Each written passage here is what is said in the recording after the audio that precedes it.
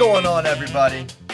Welcome to episode 339 of FloWrestling Radio Live. I'm your host, Christian Piles, joined as always by Mr. Jackrabbit Slim himself, Willie Saylor, coming at us from Easton, Pennsylvania. To my right, in a beautiful USA Wrestling crew neck sweatshirt. Clean shaven he is? Clean shaven. Well, you know he's going home this week, so he's got a... Uh-oh. I'm sure he's got some hot dates lined up. He's going to see his mother. Oh, dude. Willie, I can't hear you that good, buddy. What'd you say?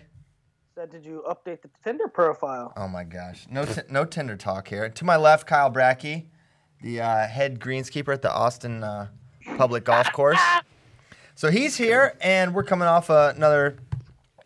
All right, one more time with the song. Let's bring it back. The song's playing. There it goes. All right. One more time. So last weekend, really, we were kind of like, well, not much going on. Well, a lot of stuff happened. And I think you got to start with the Penn State-Arizona State duel, which was an absolute destruction after 125. And I think even though it's not the first match, I think we got to start with 74 and the performance from Mark Hall against Zahid Valencia, where, you know, Zahid talked in the interview. He's like, I'm 10-1 against this guy. It's like, you know, he didn't say it's not a rivalry, but like kind of like a, hey, here's a little reminder. He beat me one time on a headgear pull. I'm the man. And I don't know what it was, but I didn't think Zahid looked himself personally. And I think I know there's reasons for that, but also I just think trying to win in that place is like, man, it's really tough. I mean, when's the last, you know, I think McKenna over Lee is one, but there's a lot of like close, how many close matches going in does Penn State lose there? It's pretty rare to happen. Kasser came in as the backup last year and beat Moore, right? Right. You see a lot more that way than the other way. Right, exactly. So I thought a couple things. One, Zahid's attack rate was really, really low. He got his hands locked on one shot. That's just unheard of. I mean, this guy is hands moving, darting in, getting to legs frequently, just creating a lot of flurries. He wasn't creating flurries. There was one exchange. He got his hands locked on a single. And really the counter by Mark was like, man, I can't believe, not that I can't believe it worked, but it's like he's kind of stepped in there and he came off the leg and he was on the leg. It was like... It was pretty simple. It was too easy. And so, you know, my thought going into this match was Mark wins this one. I still think Zahid's the better guy and will win at NCAAs. And even though it was like dominant and Zahid really didn't get close and he got ridden like crazy, like Mark's never ridden him like that. I mean, when he beat him, Zahid got away no problem. So I think come Pittsburgh Saturday night, hopefully, should be Saturday night. They should still be 1-2.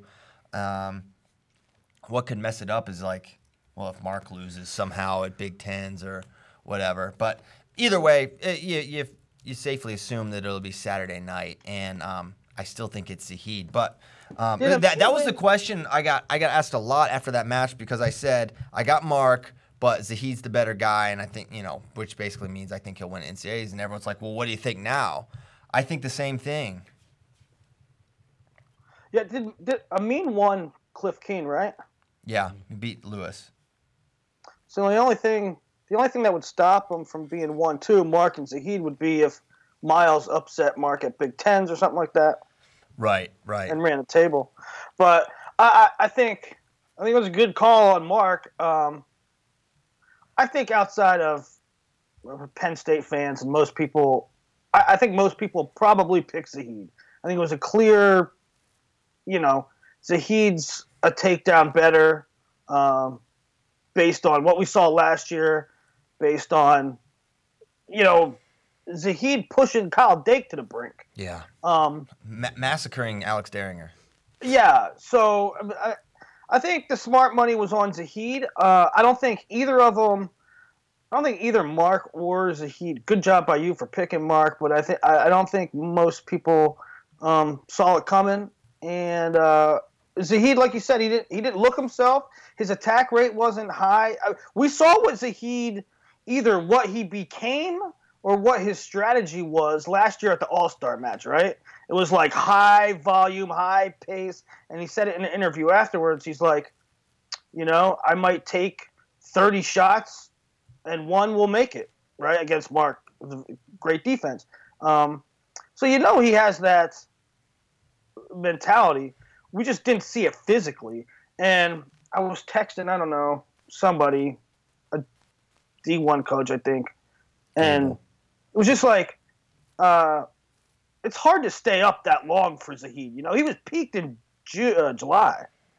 There was some question. I think they wondered if they should have maybe just kind of shut him down for the first semester and let him kind of recover, because he was going through the whole Final X process, never really got to slow down, and he's been going for a while like that. So he was on a team last year, I'm pretty sure. So he's been going pretty much straight through. So I think there may be some of that going on. I don't know if he's I don't think he's 100%. I don't think he looked 100%. I think we saw the knee brace.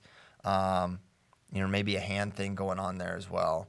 But I just think by the time March rolls around, it'll be fine. But man, what a performance by Mark. And Mark's going to be – it's going to be it won't be another 10-2 or 8-2 match like it was in Cleveland. I just think that's not happening again. The thing for me is so after Mike did that awesome breakdown of Zahid and Mark Hall, which if you guys haven't watched that, even though the match is over, go back and watch it again, and then watch the match again and watch the first, 45 seconds, they do exactly what Mike was talking about there. But we were kind of talking about Mark's riding ability, and Mark has never really turned people in college, at least, but his riding has now been huge. I'm talking against best guys. If we're nitpicking Mark Hall, he's not turning people, right? His riding has now helped him beat Bo Jordan, Miles Amin, and Zahid Valencia. Right. So at this point, Mark's pretty close to elite on top in terms of holding guys down, ability to hold guys down. Yeah. When he needs to. I just remember when he was a true freshman, he tilted up Crutchmer. He's got it, but you're right. He's not Bo. He's not Nolf. He's not Zane. It's not like his thing. But yeah, he can get a ride, and that's the thing that Mike pointed to is he's got a lot of ways to win. So yeah, it was a great match. I wish they ended with it. I don't really understand why you would not. It's an easy layup, in my opinion, to end with the best match. But for whatever reason, and it's not just this duel, many duels, they just elect to either start at 25 or draw at a random weight. And I don't necessarily understand it, but it sounds like it was the coach's decision.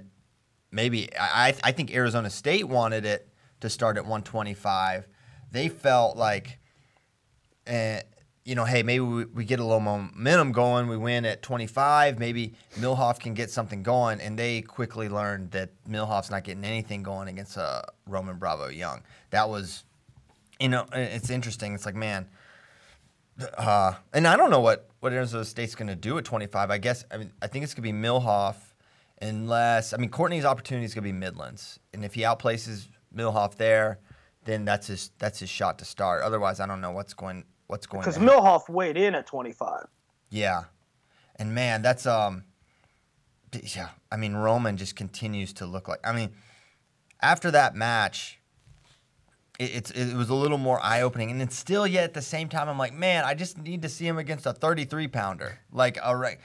He entered the rankings because there is some ranking value to beating someone good, right? And he is undefeated, which is what a lot of other 33s can't say at this point. And beating the guys you should beat has some value. So he's 17th right now, which is not much better than being unranked, frankly, considering he could very well be a top 5 guy, and I think he is in my mind. But man, he just looks so complete and so unbelievably varied. Mark Hall's so varied, but he's maybe more diverse than Mark in terms of skill set.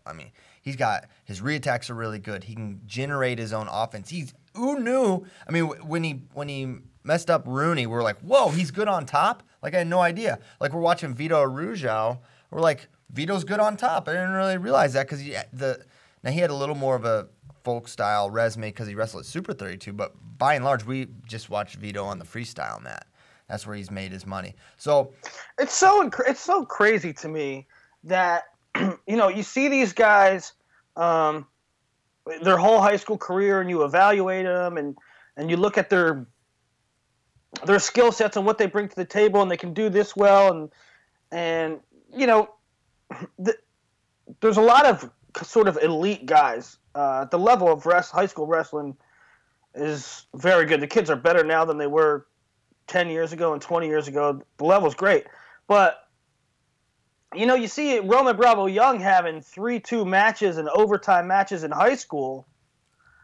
And then 6 months later, he's just torquing everybody in college and tilting people and riding people. It's like, 9 months ago, you were in overtime with Joey Silva.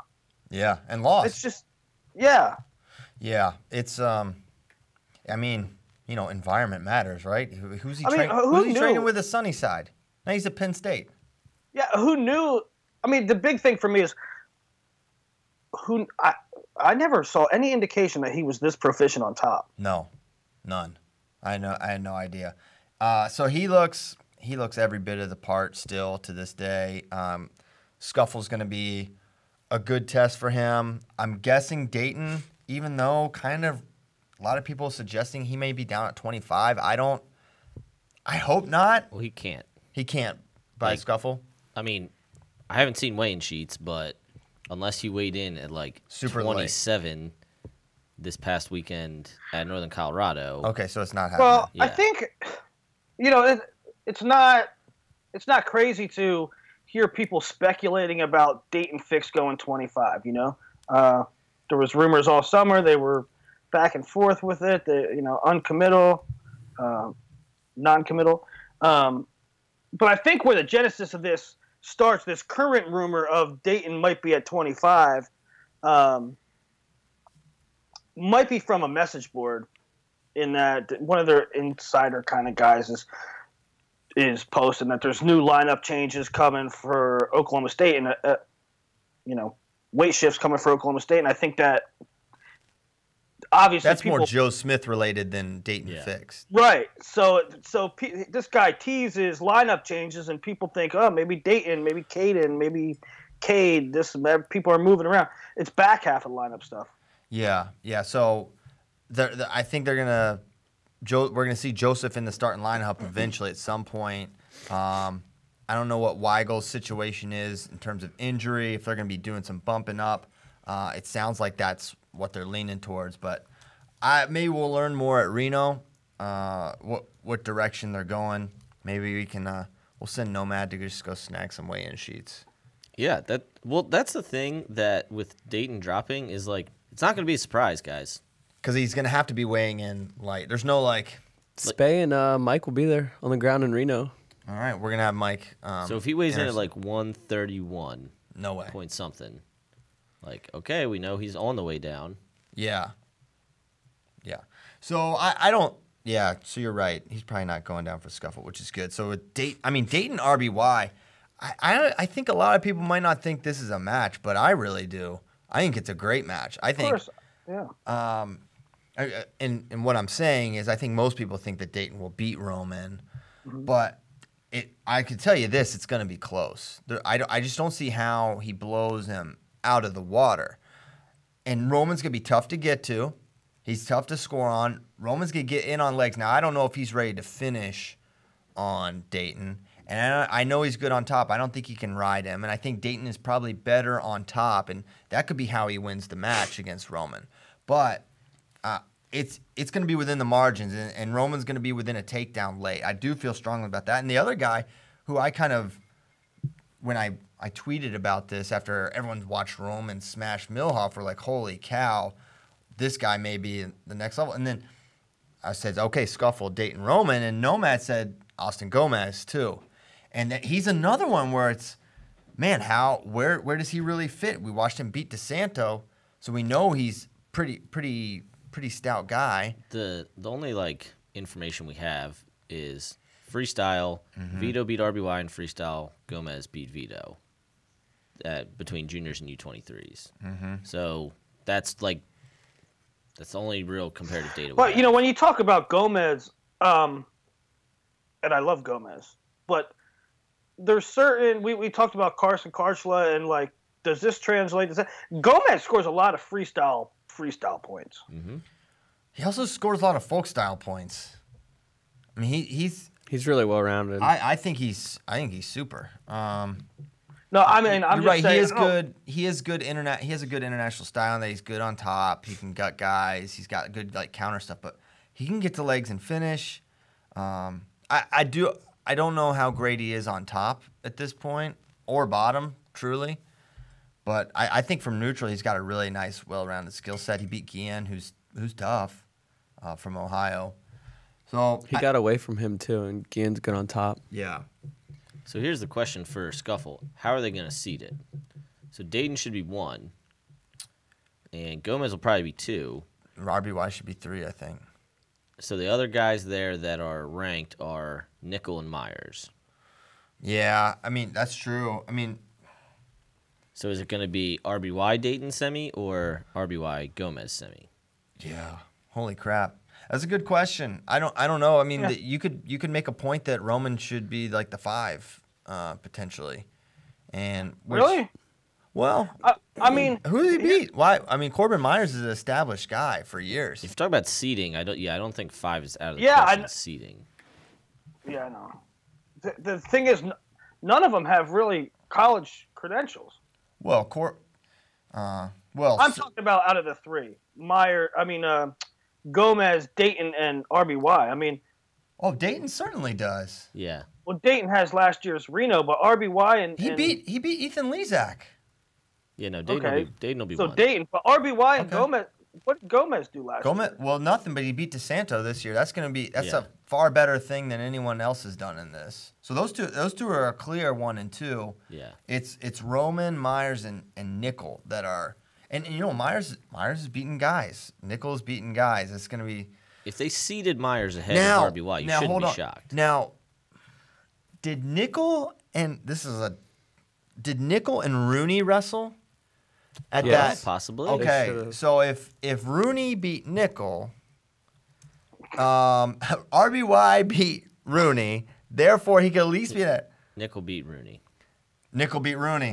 That doesn't help us, boys. See, that's the win you could kind of point to. Because, he beat a 25-pounder. We're 17 minutes in. We're talking about Tim Rooney. Hey, and I can't promise this won't be the last. It all comes back to him. It all comes back to Tim Rooney. I've been saying this for years now. Finally coming true. A lot of people ask, why did, one of our FRL questions is, why did Zeke Jones bump up Ryan Milhoff? I mean, I think the answer is actually obvious. There's no lose situation for him. Yeah, you have 2 good 25-pounders. You know that one of your 25-pounders is going to easily beat Devin Schnupp.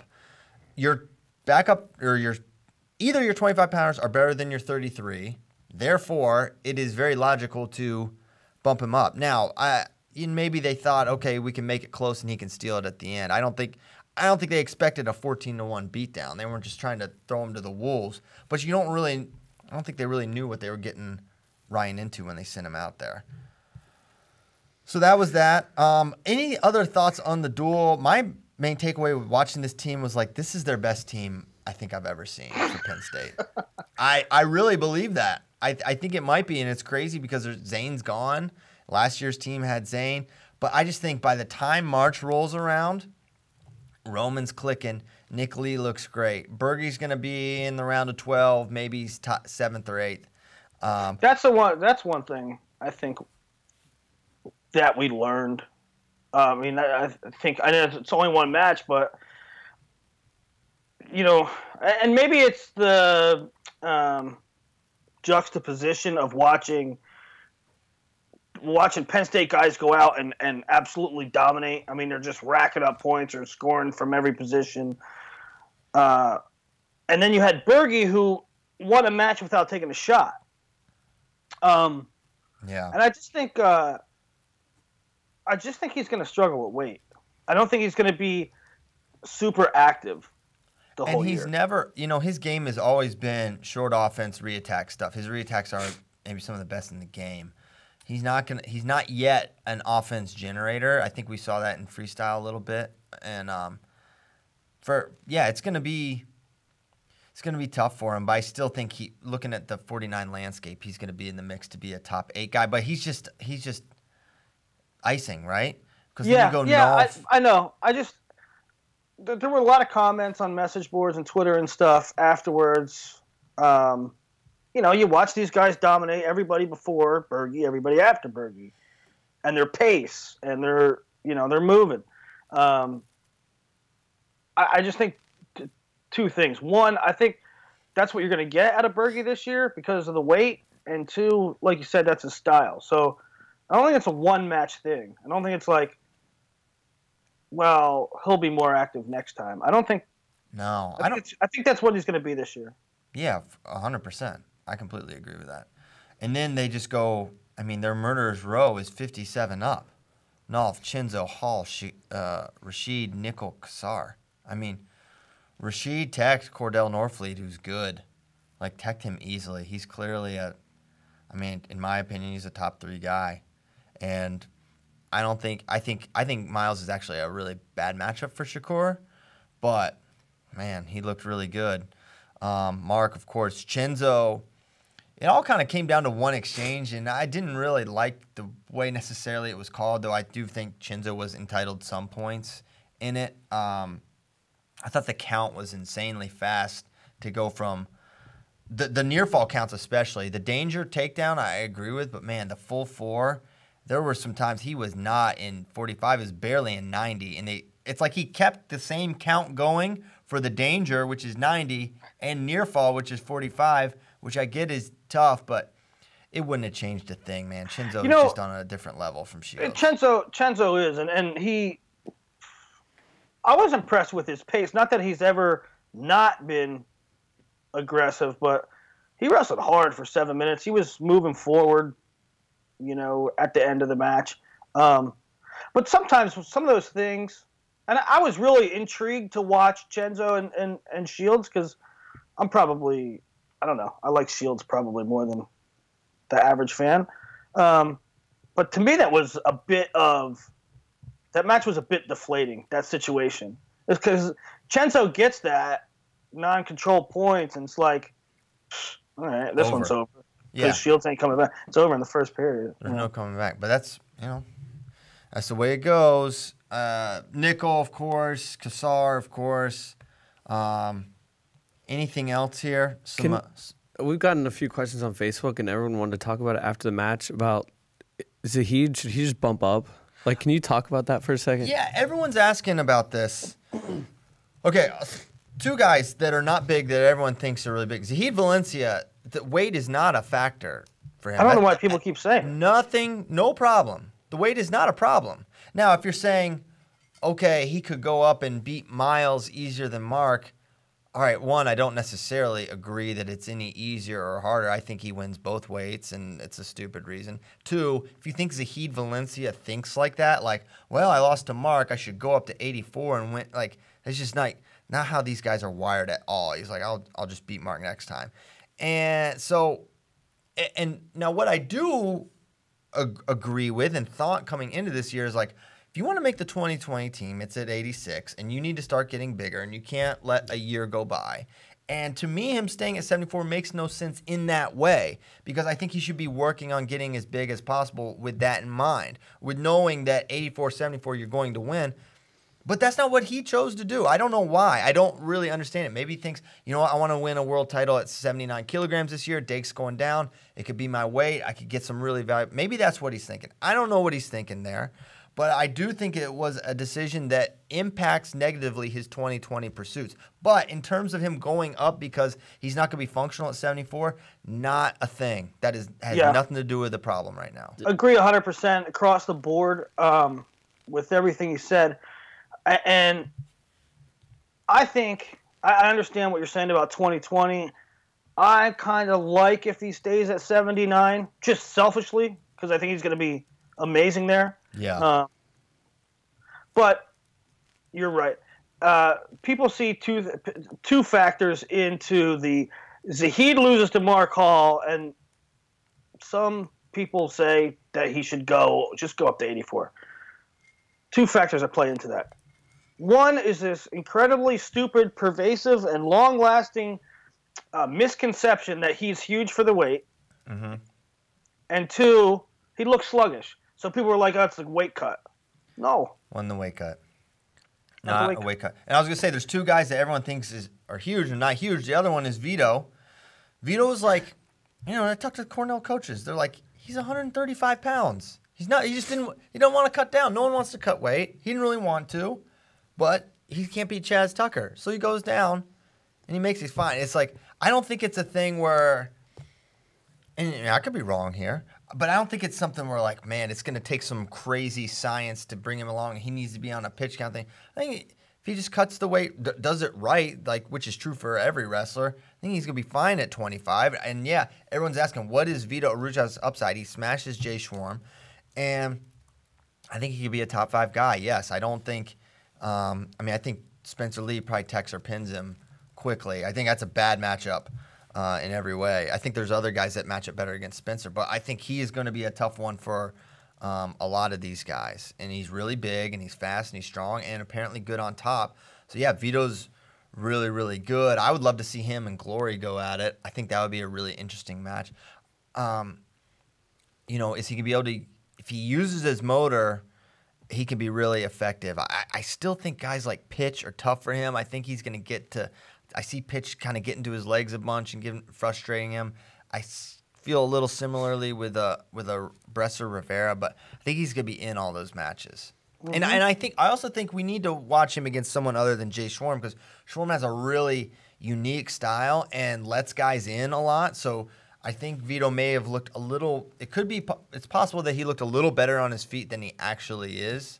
Just because Schwarm just kind of – he lets it come to him a little bit. And, it didn't work against Vito. But I want to see him against a little more fundamental guy. And I don't know who Cornell has on their schedule coming up. Well, good question. Wow. He'll see Brent Fleetwood next. That's a perfect test. That is a very fundamental, super solid guy. Guy's as good in all positions. If he has a dominant win over Fleetwood, I think that's telling. And then Cole Verner, Wyoming, and then maybe Colby Smith if he's back. Elijah Oliver from Indiana, then Lehigh. I don't know if Schramm will be. Yeah. Oh, yeah. Is Schramm done? Yeah, I think so. Okay. I think Lehigh's in a bad way this year. Dude. But yeah, he could see Pat Glory on February 9th.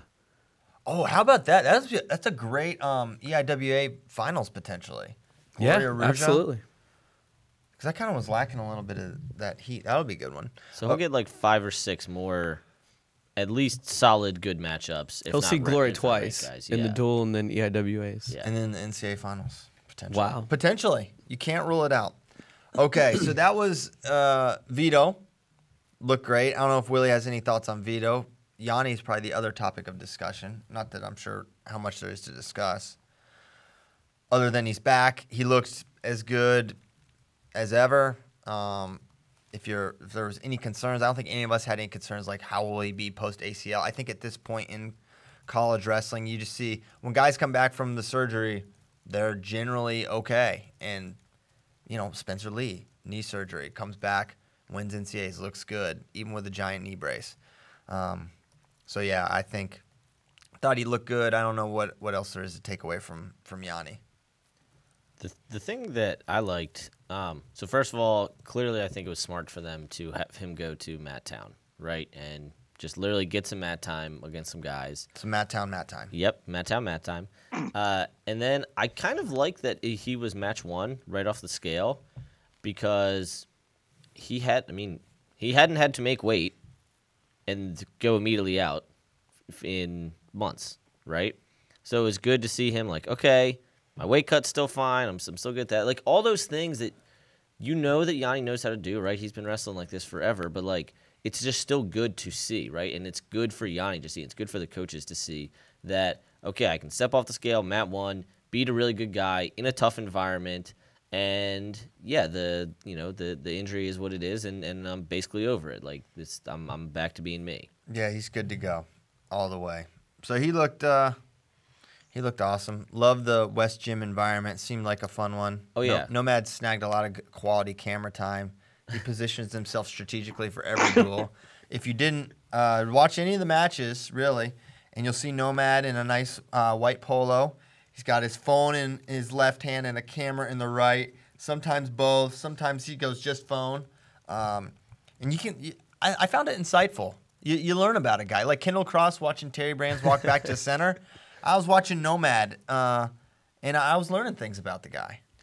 So, yeah, because sometimes, I was like, okay, we need pictures for this match, but sometimes I'm like, okay, we just need video. Hey, Stinkface, are you going to talk or just sit there with that look on your face? Yeah. I want to know if he wrestled the Schwab kids. Oh, my. Yeah, we went 30-minute grind matches yesterday morning. How'd it go? Okay. I broke them. You broke them. Nice. No, but they're... I was so mad at Mike Mal. He thought it. those kids could beat you. They are incredible. They are going to be amazing. I know. In maybe 3 years, they could beat you. Oh, for sure. Because they're like 60 pounds. Yeah, there's no way, right? Yeah. You would beat them, like right? 60 pounds. Because but they are going to be incredible, guys. Like, I can't wait. I I'm know, really excited. but they're 9. Yeah. They're 9. I don't care. Give me Kale, age 9. I'm going to beat him, okay? Yep. That's a promise. I'm sorry, Kale. I just think it's true. I think I Did can they come after you two at a time? Now, that would be tougher. I don't think you could beat them both simultaneously. I don't know. The legs and arms and elbows and hands to start adding up quickly, Yeah. Elbows definitely add up. It's the elbows. It's the elbow count. Yeah. But, okay, here's the thing, guys. Oh, boy. Every team in the country needs to wrestle a duel in West Gym. That's it. They have to have I've 70 never duels a been year. there, but it's so cool. It is a great environment. It is hot as hell. They love wrestling. They appreciate wrestling. And it's tight. I mean, you can get like probably 2,000 people in a very tight environment. Every team needs to schedule a duel in West Gym. And what's the season ticket situation there? Phenomenal, because that was supposedly a bad crowd, and it was like Have we talked about 90% full. I don't know. 95% If we've full. talked about it on radio. We mentioned it a couple shows ago. Yeah, the man loves season did. tickets. Big season ticket guy. Big season ticket guy. That's on his gravestone. Loves season tickets. Big season ticket guy. You own season tickets to any school or anything? Well, all of them. Oh. Every school that has season tickets, I purchased them to help their numbers. Wow. All right. Just Hey, bad he stats, really though. puts his money where his mouth is, and you gotta love it. You gotta love to see it. Okay. Where to next? Hayden Hidlay lost again Yeah. to someone he beat before, maybe several times, but maybe just the once. Irrelevant. He lost to Tyler Berger, 2 third period takedowns, and so it's I think he beat him twice. yeah, I know it was at least once. I know they hit it a duel for sure. They wrestled in a duel, and then what was it? Semis? NCAA semis? No, but it's Pantaleon. Quarters, 3-2, and in the duel, 6-3 last year. Yeah. Yeah. So Hayden Hidlay lost one match last year, and it was to Jason Nolf, and he had a real schedule. He beat Berger twice. He beat Pantelio. He beat basically all the dudes. The only guy you could say he didn't hit was Michael Kemmer. He didn't hit Shields. Okay, Which both of those guys are now up anyway, so it doesn't matter. yeah, but I would say I'm not like, would he beat Josh Shields? He would beat Josh Shields. He's like 0-8 lifetime against Josh Shields. Well, I don't think he'd ever beat. He clearly became a different guy at NC State. Yeah, right? for sure. So the question is like, what's up with Hayden Hidlay? I think this is natural, and I think it's okay because one, even though I think we had the questions even going into NCAAs. How is he really the second best guy? Is he he was the 1 seed. Is he but everyone knew Nolf, right? Next topic. So we were like, Hidlay, is he really this dude? Right? Even going into NCAAs, did he have that laser focus from coaches going in like, hey, I think now it's like, all right, for sure, we got to be ready for this guy. You just have more of a target on your back when you go basically undefeated to the NCAA finals. And so he's getting everyone's best shot now. And I think more than anything, not more than anything, but one of the facts, he has a very simple but effective skill set that can be game planned for. It's not like Zahid or Mark or Roman or Spencer, where it's like, okay, take away a thing, and there's like 1,000 ways they can beat you. He has a very specific way he wins matches, and he has a control tie that he loves to work from that underhook. And I think, now coaches are coming up with better game plans. And I think this is the natural progression for Hayden. And now, Hayden, being a champion and a real stud, his next move is going to be evolve, and it's going to ultimately make him much better. Right? But right now he's learning, okay, this is how people are approaching me. So now Pat and company are going to figure out that thing, and then he's probably going to be the number 2 guy by the time NCAAs roll around. But right now he's got to figure out that thing that they're doing to him. Yeah, I think all those things. And I think there's some seasonality to it, like where they are in the season. Same thing with Zahid, kind of, is that Hayden had a very busy year. I think when you come out, you're a highly prized prospect, you redshirt a year, you're hungry, you're chomping at the bit. Your first NCAA season, laser focus. I'm going to make my mark. I'm going to prove myself. And he has 0 losses going into NCAAs, and he has 1 loss. And NCAA runner-up as a redshirt freshman. And then you spend all this time up, and he was in the finals of the U.S. Open. Yep. I mean, he was in the finals of the U.S. Open as a college freaking freshman, right?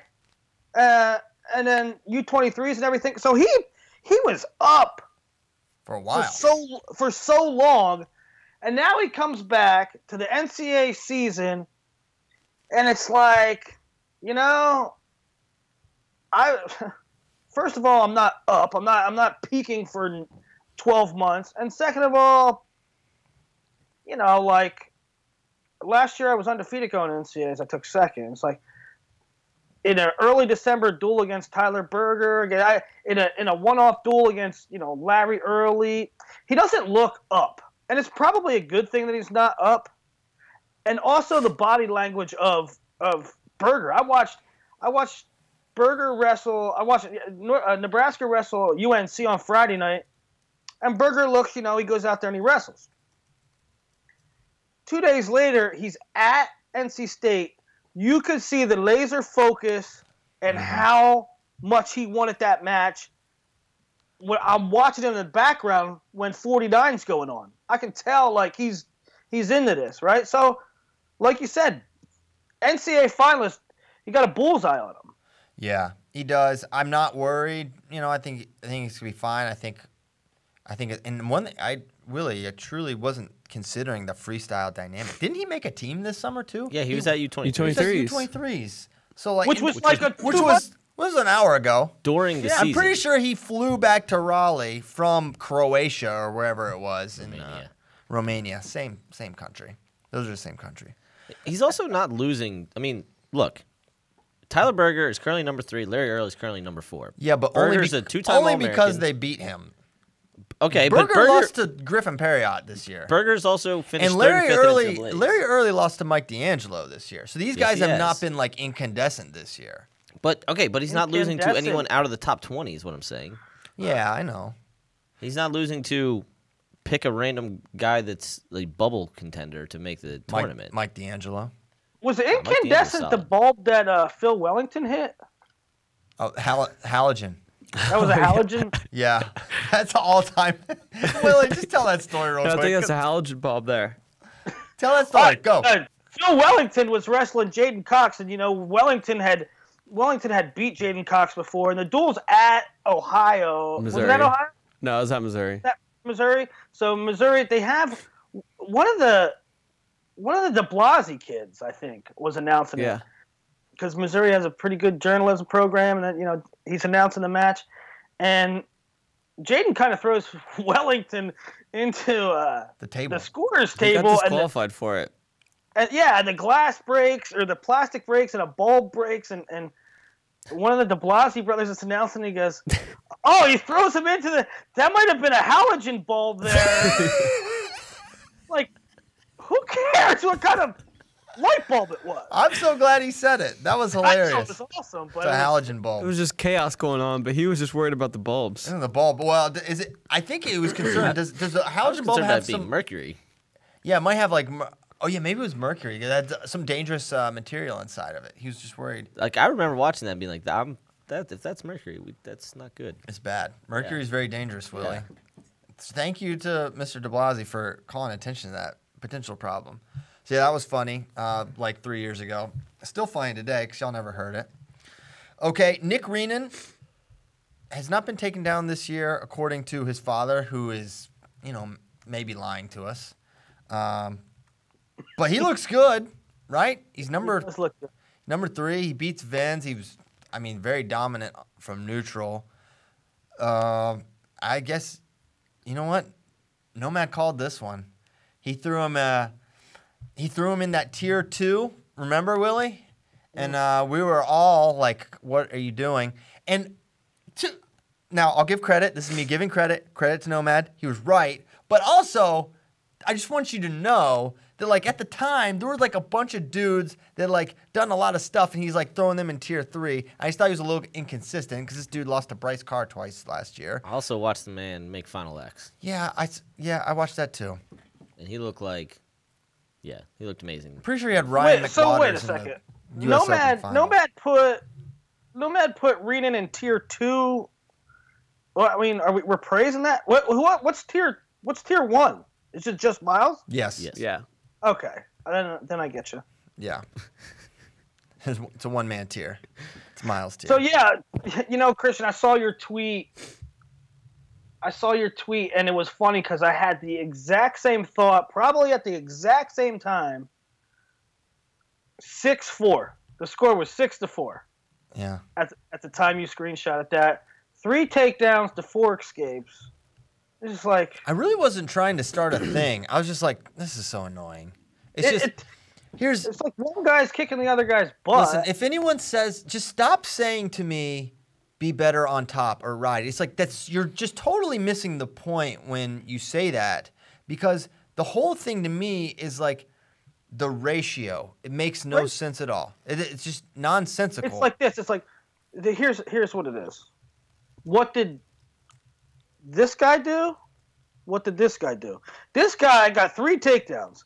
This guy did absolutely nothing. And the score is right here. Well, I won't say absolutely nothing. I would say, because I don't want to make it sound like there's no value, there's no skill involved with getting away, because there is. I just think to say, okay, we'll hold him down, there's nothing that suggests that if the shoe's on the other foot, that you would hold him down either.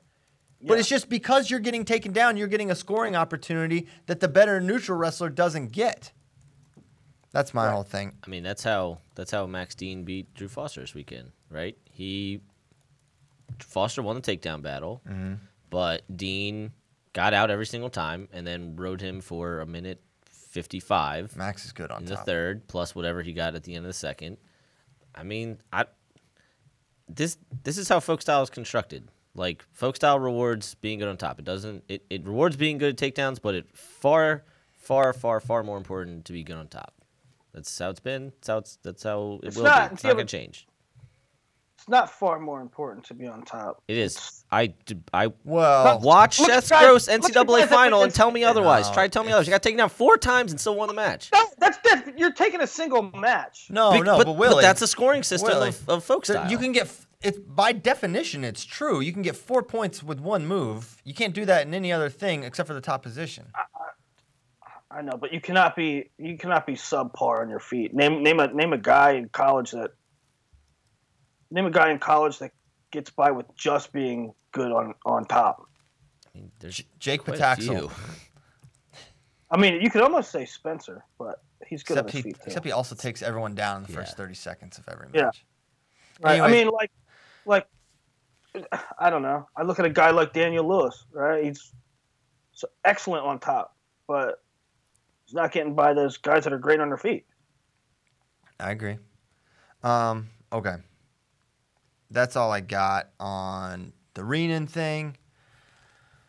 Who else? Kennedy Monday goes up to 65. Any thoughts on how that changes the dynamic of both weights? No, contender to place at both, and that's what it is to me. Does it help anybody at 57? Like, okay, this guy has a better shot of placing, or this is more potential points for. Well, I just think we'll have some randos on the podium at 57. I mean, Caleb Young and Griffin could help Perry. With Caleb Young, yeah. Caleb and Griffin are currently 7-8. Mm-hmm. I just think it just opens up the podium a little bit more. But he wasn't setting the world on fire this year at 57, so who knows where he'd have been. I mean, the guy beat Joey LaValle and Tyler Berger, but man, he was perpetually up and down. Even at NCAAs when he, had such a great run, he lost to Van Brill and Zilverberg. But do you think that was possible because of weight? No, I don't. At least not according to people around the program. They're like, he's not that big. So, but he's going up. He's got the frame to go 65. Yeah. I don't think he's like. I think this year he does. I think this year weight was a thing. Yeah. Last year. Yeah. So 65 and it's interesting. It's not the first time we've seen Oklahoma State. This is Oklahoma State East. Oklahoma State East. Coleman Scott's UNC.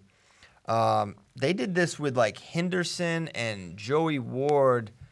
I think Coleman's first year there. Where like at the Scuffle they moved everyone up or everything around. So we'll see how it works out for them. Once again, 65. Sweaters? Thoughts on their sweaters? Excellent. Loved them. They look great promotion. Look like $1 million. Blue. I like it. Okay. Keith Smiths. Let's go to the quarterfinals. Questions from friends. Oh, yeah, I'm fired up. A lot of people pointing this out. Shame on me for not noticing. Thoughts on Willie snubbing SamWise_2006, who is Sam Herring, the official wrestler of FloWrestling. Absolutely disgusting. From the latest junior high rankings. There's one person that you know what? I don't like to interfere. I don't want to meddle with rankings. That's your thing, high school, junior high. I feel like I should be able to trust you, Willie. I feel like, you know what? Willie's done his time. He's the best in the game. But you know what? I got to check you here. No Sam Herring. We should delete him from the site until you rectify this. Get him in there. This is like when he didn't have Drew Mattin in the big board. Yes. And it's even closer to home than Drew. Yeah.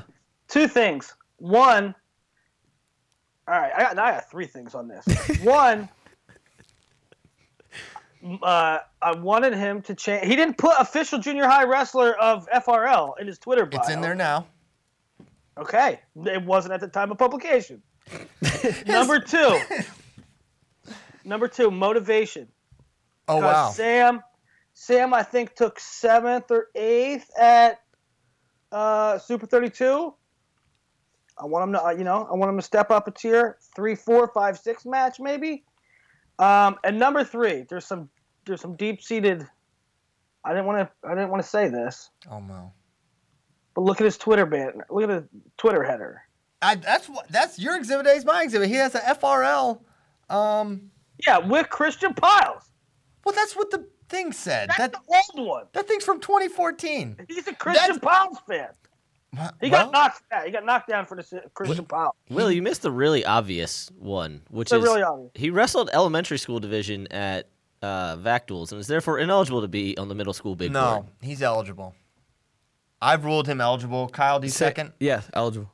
He's eligible. He's draft eligible. Yeah. He's AWL draft eligible, and he's also junior high big board draft eligible. So I think you need to get him in there. He'll be in. He'll be in eventually. You have until midnight tonight. Sam's the man. Someone asked, why is Willie still included and tagged in FRL questions? It's so that you remember to not ask him. It's just a reminder. There's a guy that said... it's just to dangle it in front of Willie. Yeah. Like, this is what you could have. But you playing. No, I like to be involved. I like to see the questions. There are some good ones. There are some terrible ones, though.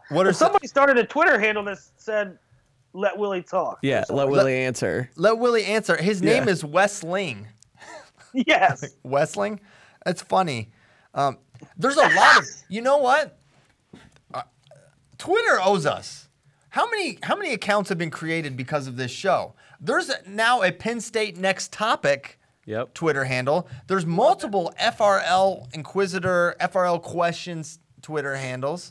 We should get some stock in Twitter. We should get some stock. I guess we could technically buy it if we want, but I feel like it should be given. No, we should not have to buy it. Yes, no, we're not buying it. There's probably at least 5 accounts that are parody accounts of me with that stupid. I know. With that Gru guy from. Oh yeah, from Minions, the Minions one. It's some of these jokes. You know, the Penn State Next Topic handle has the classic picture of Willie in the turtleneck. Oh, it does. Yeah, it does. It's like, you know what? There's literally 76 of those floating around the Twitter sphere. It's like finding a new slant. Well, it's also like color's clearly not that big. Yeah. Clearly, if it bothered Willie, like he would fight to have that picture completely stricken from the internet. He knows but like it's still there. Like it's there for a reason, guys. He loves it. He wants you to find it. It's okay that it's a thing. First of all, it was a picture from 2002. Yeah. I'm not even embarrassed about it. I mean, that's what, You look great. Yeah. Stunner. Yeah. I don't know if I look great, but that's what, I don't know. What am I, who cares? That was what was in then. Yeah, dude, turtleneck sweaters were definitely in 2002. The earrings. I don't know about the earrings. I don't know about the earrings. Yeah, that's pushing it. Yeah, double earrings. But you know what? Willie does his own thing. So, yeah. I forgot. I don't even know why we were talking about that, but there we go. Because of all the multiple accounts on Twitter. All the multiple accounts on Twitter. A lot of questions about segments that they want us to do. One of them, can you guys bring back the one urban legend per episode? That was the golden age of FRL. We're doing it Thursday. I agree. And you know what? I don't like to throw people under the bus, but this is Kyle Bracke's wheelhouse, and he hasn't been bringing us anything. There's been no Mothman updates, no Sasquatch, Yeti, Bigfoot, Loch Ness Monster, aliens, nothing. That is on me. I'll take full responsibility for it. I got ownership. Got a little too serious. Well, I'll tell you what. But you know what? I'm going to have something special for you guys Thursday.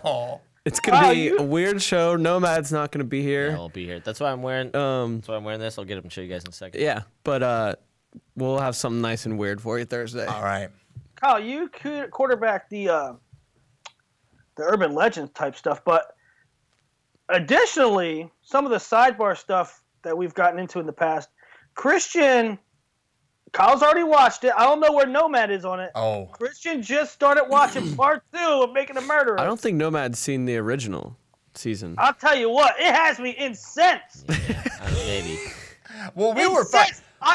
Wisconsin, what are you doing, Wisconsin? It's like backwoods country club cover-up old buddy stuff. Yeah, it's weird. It's despicable. I mean, we were always Team Dassey in this whole dynamic. This is going back. This is for the old school FRL listeners. We're talking 2015 or so. Mm-hmm. We're doing this show from the basement.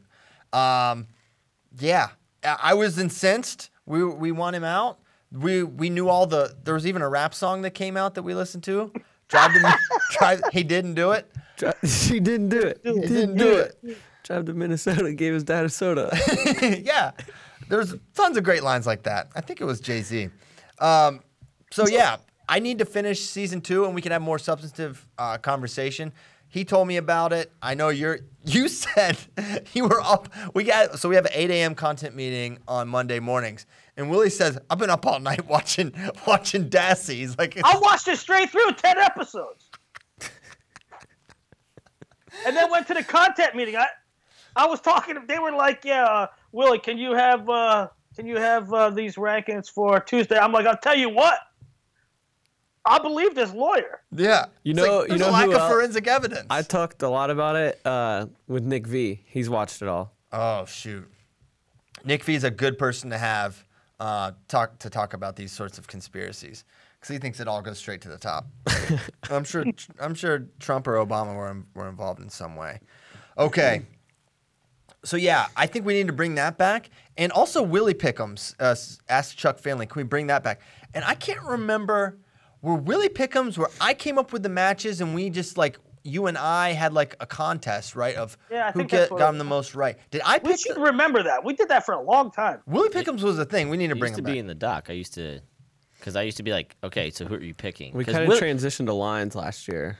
Yeah. Willie always does this thing where he'll like meander around and be like, well, Bracky's good, but CP, da-da-da-da. It's like, just pick the freaking match. No, he figures out a way to pick both guys. He does. He'll say one on radio and one on Twitter and just delete the tweet if he's wrong or, he does make it tough.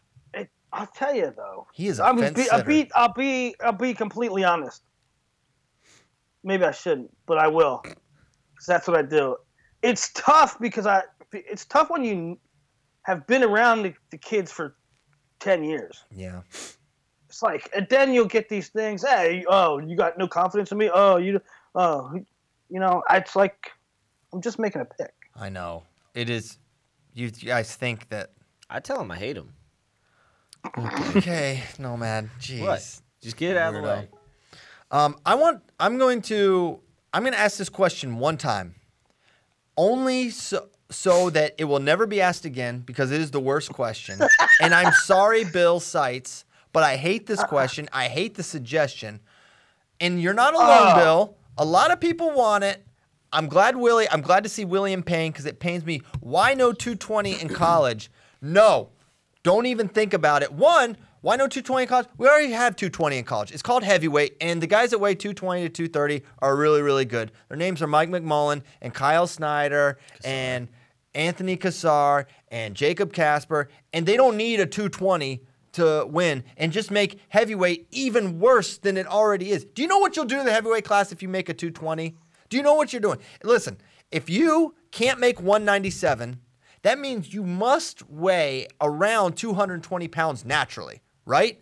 If you weigh around 220 pounds naturally, that means you can probably get up to 230, 235 theoretically because you have a big frame because you weigh that much already. So you can be a very competitive heavyweight. Who is losing matches that is extremely skilled because guys are just too big? It's barely happening. And if it is, they're still very competitive. So no 220 in college under no circumstances. I hate the idea. I'd rather bring back 118 than have this weight. Just because we call it the cowboy bulk job doesn't mean it can't apply to every school. It can apply to every school. Willie, go. It was the worst. This thing, there should be a 220 thing has picked up steam recently. Oh my gosh. It's picked up steam and everybody's asking. They're asking on Twitter. They're talking about it on, and I won't say everybody, but you see it once, okay, cute. You see it twice, all right. There's a couple. I don't want to say idiots, but like you haven't thought this through yet thing. Yeah. And then it's just starting to be more pervasive. And it's because Kyle Snyder lost to Kuhn. He won! I know. But they were like, a guy of Kyle Snyder's ilk should never take a loss. And, Kuhn outweighed him by this much. Listen, okay, yes. Kyle Snyder, one of the greatest on earth, right? Also, Kuhn's world class. He is a lighter heavyweight. But listen, that does not mean that you should create a whole entire weight class. That is so reactionary and knee jerk. Listen, a couple years ago, I don't know, 10 years ago now, high school went from 5 upper weights to 7 upper weights. They went from, they put in a 220. They put in a 195. It's so diluted. Oh.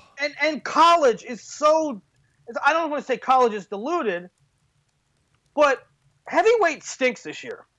197 has been a disaster for about 3 years. Now you want to add a 220 where, frankly, there's no talent already? Yeah. Don't be an idiot. Yeah, it just would be really, really a bad thing. And look, it bears. I know I repeat questions sometimes, but it bears repeating. If you weigh 220, get on protein shakes and hit the weight room, and you'll be fine. Right. If you weigh 215, go take a dump. You're making 97. Oh my gosh. I mean, it's not hard. I wonder if does Willie know how? Oh, never mind. I'm even going to open that can of worms. Yeah, classic 18-pounder. All right.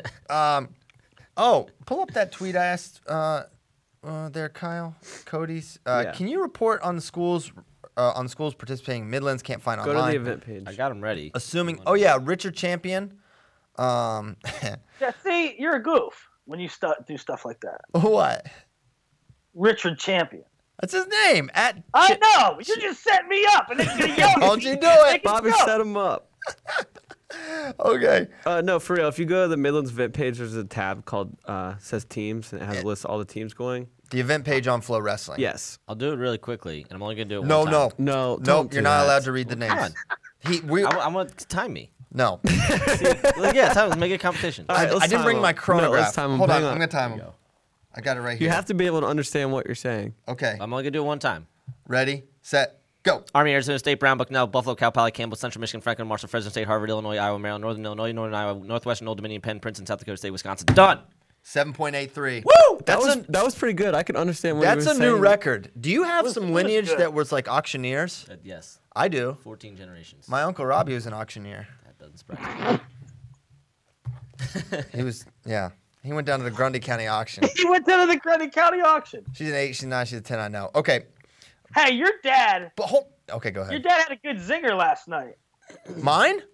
Yeah, on Oh, Facebook. what'd he- Oh, yeah, he loves to zing. What'd he say? Well, you wrote an epic long thing about your brother and how proud of you were Yeah. of him, and he said, "Yeah, if my boys have done good, and if I was paid in pride, I could buy Bill Gates, but I can't. So look at the Christmas list and tell me what you want." Yeah. Classic Tracy zing. But what Richard Champion wants to know, in addition to the team list, which we got that, he wants to know what Iowa guys are going. Cassiopei's been crushing. And Cody Goodwin wrote these down on a shout notebook. out to Cody. Spencer Lee, Perez, Austin DeSanto, Paul Glenn, 141, Max Muir and Vince Turk, Carter Happel, Justin Stickley, 49, Pat Lugo, Jared Glosser. He put in parentheses possibly 157 for Glosser. Then Caleb Young at 157, 65, Marinelli, Brands, Jeremiah Moody, 74, Mitch Bowman, Chevy Dodge, 184, Cash Wilkie, Bitcoin, 197, Jacob Warner, Connor Corbin, and heavyweight Stoll, Cassiope, Costello. Dang. So They can place pretty high at heavyweight. So Stoll's that could. Why will that not be the final? Stoll Cassiope. Desi? I love Cassiope. No, Desi won't be there. Oregon State's not going. Conan Jennings. Let me try to change your mind. Trent Hilger. Okay. I I don't think he beats AJ Cassiope. Nevels. Gunning. Doubtful. Gunning. No Tanner Hall, I guess. He's in red shirt. Right. Well, Dude. that doesn't mean you can't go, though. Dude, do they Deuce wrestle? Ratchel. Boom. Oh, Deuce Ratchel's going to break up that final. He had a 2-second reversal at CKLV. He did. Oh, why we got to pull that. That How was could like they not? No, listen. I want to put the Titanic music behind it. You have to do it. Okay. So the Deuce is loose. Slow motion? No slow motion. So he gets a restart. He's down one there's a restart. They go out of bounds. Comes back. All the guy has to do is basically what didn't happen. And Deuce hits a 2-second reversal to win. It was unthinkable, but it's vintage Deuce. So yeah, it's going to be an all Iowa final, right? I just don't see any of those guys unless Hilger. I don't see any of them. I can't beating. imagine. It should be. I can't Really? see anybody beating them. Question. But I just can't imagine that on the finals it's going to be 2 Hawkeyes and they're going to wrestle. Do you think they're going to wrestle each other? That's what I'm saying. Oh, that's I think they're. Yeah. It's like too good to be true. I think I will be sad if they. forfeit. Yeah, and I think they will. I think they will. I know. That's what I'm saying. Dang it! Hold on. Don't do that. You can't forfeit in the finals. No forfeit in Midlands finals. There's no forfeit in Midlands finals. Did you hear what Brand said yesterday about Bowman? No, what'd he say? He said he got hurt because it was ding dong wrestling. Like that was ding dong wrestling. But I don't know if he meant he's the best interviewer in sports. Every time. I don't know if he meant that Bowman was moving in a certain way to hurt his knee, or like he should have stayed out of that position, or because then he alluded to something like the ref, and I think maybe he thought the ref let it go on too long or something. I don't know. But anyway, he's always good for a great quote. Yes, every time. Hey, I forgot to even tease this. Classic bad job by me. But we're going to show the Kyle Dake, David Taylor Flow film trailer right now on radio because we are? Oh yeah. I was going to mention it. We just sent an email out. No, Caitlin's got it. I gave her the file. She's ready to roll with it. Let's do it live. Roll that beautiful bean footage.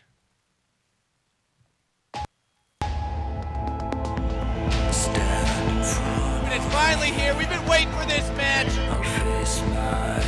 So here we go, match of the century. I was 8 years old and I still want to be a 4-time state champion, a 4-time national champion, an Olympic champion.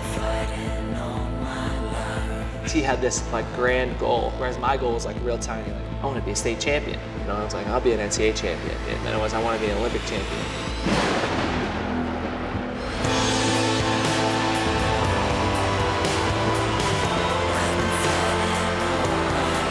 We are underway, ladies and gentlemen, 165 pounds. Seconds to go, Taylor rolls through. They gave it on, 2-point reversal, David Taylor. An historic moment. Now we're going to Budapest. My goal is to be world champion. I'm coming back with a gold medal. David Taylor.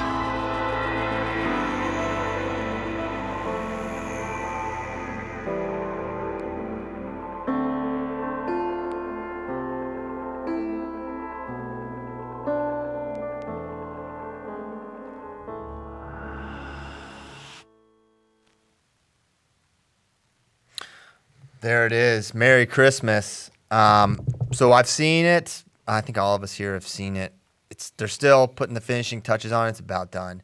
And it's really, really good. You guys are going to love it. Great rivalry. You get interesting perspective on how they were thinking as they were going through competing each other. Of course, that year, 2013, when Dake goes up, still one of the most like unbelievable happenings in college wrestling that someone would go up when they have 4 on the line to the returning Hodge winner. Like the stones involved with that. I was like, my dad was at Final X State College, and you know David Taylor's gonna wrestle, and I'm telling him all about David, and he's looking at these plaques, and like David Taylor was national champion 2012 and 2014. He's like, what happened in 2013? I'm like, well, You got 10 minutes? I'm like, this is kind of the craziest thing that's happened, but Kyle Dake won 3 titles at 3 different weights, was going for his 4th. David Taylor won the Hodge, which, Dad, is the Heisman Trophy, and he went up to that weight class and beat him 3 times. And it's like, I still can't believe that happened. And it really happened. Kyle Dake really did that. Insane. I remember Kyle was going up for the All-Star Classic at the time, and he's going to wrestle David Taylor, and that's cool, right? That's a pretty cool thing. And I don't know how long after, but Bader was like, Will, you gotta call Spades, or you gotta call somebody from Cornell. So I called him, and it's like, I remember writing the headline, Kyle Dake will go up to 165. ... for the rest of for the whole season. Mm-hmm. And it was like, you know, just like you said, the stones and the what that meant to the whole season. And I mean, that's a like historic thing. Yeah. Absolute history. So it's pretty cool. Kyle talks about why he wanted to go up. And then another aspect that I found really cool with it is they talk about adjustments they made from match to match, and then show the technique on each other.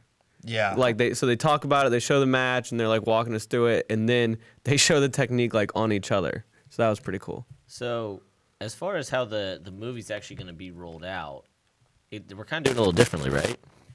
Yeah, so we need to talk about that. This is cool. So, all right, Christmas Eve is definitely a little different, but the way we're doing it, okay, it's going to be live viewing only on Christmas Eve. You can watch it at noon Central, live on the site, live only. So if you're it's like a live event. It's like a duel. So if you watch a duel, it'll run start to finish. And that's it. That's it. And then, so at 12 Central, noon, and then 8 Central, p.m. So noon and 8 on Christmas Eve are the only times you can watch it. You will not be able to watch in between there on Christmas Eve. And then Christmas Day, it will become. It'll be up on the site. Yeah. Merry Christmas to all of you. So if you want to catch it a day early, Christmas Eve live at noon and live at 8 o'clock. So pretty. And in between playings, Flo will offer nothing but a Yule log video. We're bringing the Yule log back. I'm bannering that. You know what?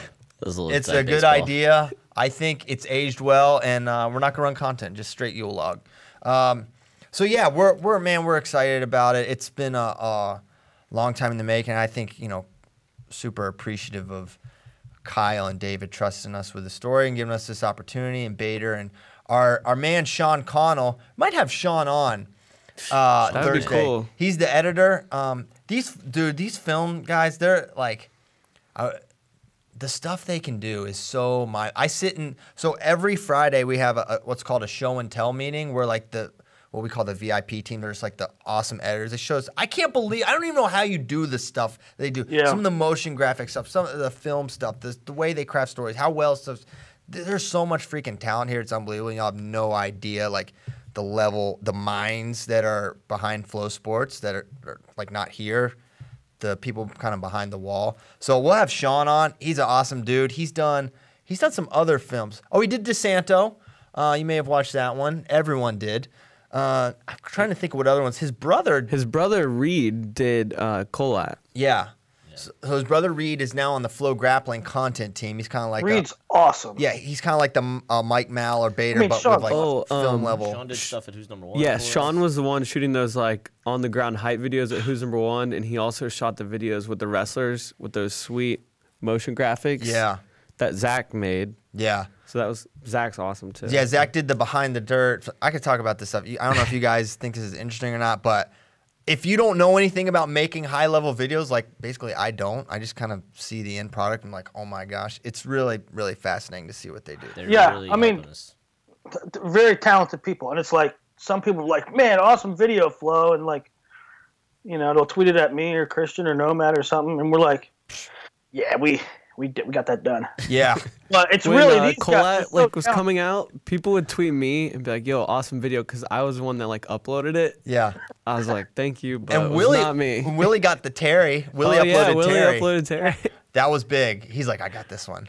I don't even think you had to push it through either. I think you just straight uploaded it. Okay. So I won't be here Thursday, so nobody got to see it. All right. This is my completely unlicensed. Please don't take your shirt off. I'm not. Okay. Merry Christmas, you filthy animals. USA Wrestling shirt. Completely unlicensed. I have no idea how my brother got hold of this. Wow. But that's why I wore it, because I won't be here on Thursday. Gary Abbott No, will be see, sending where you you a cease going? and You going desist home after Thursday? the show. Yeah, he's going home. He's going back What's to. everybody's schedule? I'm staying home, which is Texas. I don't have nothing till Midlands. I don't have nothing till Scuffle. I don't got nothing till Scuffle either. Are you doing both? No, okay. No. You just said you're doing Scuffle. All right, so Willie's doing Midlands. I'm doing. The rest of us are doing Scuffle. Boys. Scuffle Bros. All right, Scuffle Bros. Let's do fist count. Nomad's birthday, day before Scuffle. Yep. That's huge. We're gonna get Rick and Morty. Don't know what that means. Is that code? I think that sounded like code for like doing something not. We're getting swifty. Some Alabama oolong. Yeah. That's what You're gonna that get was. So who's going to Midlands? Willie, Bader. I don't know who else. Kenya. Okay. Joe K. And Oliver Stone. Isn't Oliver doing both? He's doing both. He's going going double Iron duty? Man. They didn't say it could be done.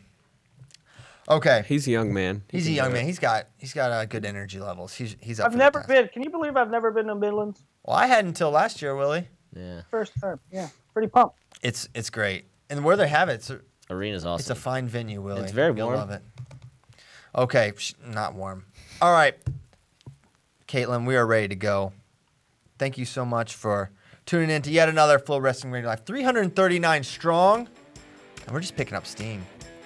So this week, we start tonight with events. Oh my gosh. We have let them know. Chattanooga, Edinburgh at 6, Kent State, Edinburgh 7:30. West Virginia, Virginia Tech tomorrow night. Reno Tournament Champions starting on Thursday. College goes first this year, just on Thursday. Then the high school Friday, Saturday. Oregon State, North Dakota State on Thursday as well. Also Virginia, Missouri. And there's a high school duel before it between Liberty and Park Hill. We will also be streaming live. KC Stampede, and then Youth Wrestling Fans Defense Soap Duels in Cleveland. Love it. Wow. So wait, so Reno runs through 23rd? Yeah, because there's a youth tournament. Yes, youth on tournament. Sunday. So including Spade's been there for 3 weeks. Including my best rival, we'll have literally a week straight of awesome content. Yes. And live events. Factual. So you don't have to spend any time with your Facts family. only. You can just be watching wrestling on FloWrestling. Thank you to A6. Thank you for support of FloWrestling Radio Live and wrestlers and making good shoes and shirts and all the stuff you make. We'll be back Thursday. No Nomad, single tier, but Willie will be there. Kyle will be there. And maybe Sean Connell will be there. You guys don't know who that is just yet, but you will soon. Thanks a lot, guys. See you next time.